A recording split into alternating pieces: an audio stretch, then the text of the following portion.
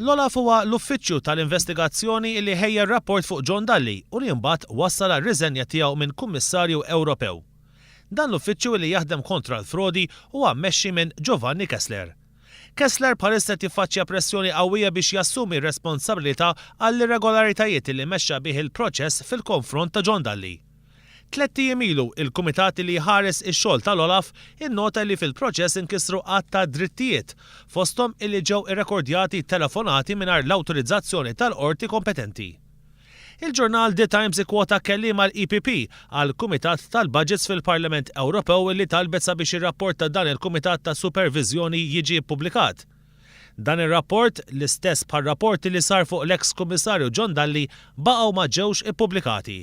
Hija talbet li 3 presidenti ta' 3 istituzzjonijiet Ewropej li għandhom ir-rapport biex ma jibqgħux jagħtu dawn in-nuqqasijiet. Aktar kmieni MEP tal-ħodor ipproduċa intervista li għamel wieħed mill-logħol uffiċjali ta' l-Swedish Match u qal illi l-Olaf kienet talbetu biex iżomma stqarrijiet qarrieqa.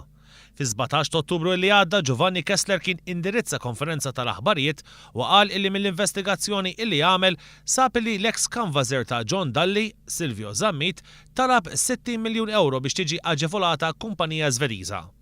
Fil-konfront ta' John Dalli, l-Olaf qalet li miċ-ċirkostanzi jirriżultala illi John Dalli kien jaf b'dawn il-laqat.